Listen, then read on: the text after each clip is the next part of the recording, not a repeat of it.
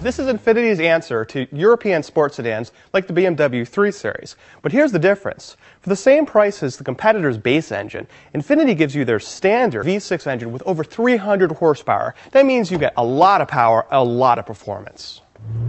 Acceleration is effortless. You could get this car also with four-wheel drive. But this car is fast. But with all that performance, it doesn't come at a price of comfort.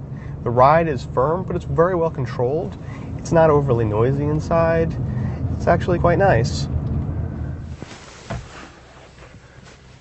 But where this car really comes into its own is handling. It's really very impressive. The stability control works well and keeps the car on its track really, really well. Of course, we here have a closed track and we can explore the corner limits even with the stability control off. Don't try this at home. At the very limit, this car just becomes a really, really fun sports car. It's very impressive. The steering works well with the handling, easy to control.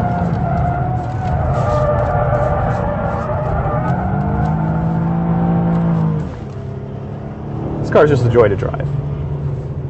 With all this performance, you really want to be in the driver's seat.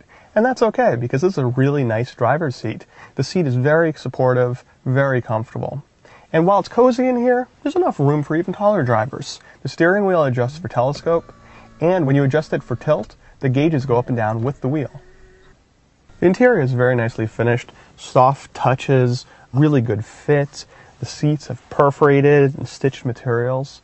It's a very nice look all around. The controls, well, don't get too intimidated by this knob here. I mean, it might look like BMW's iDrive, but it's nothing like it.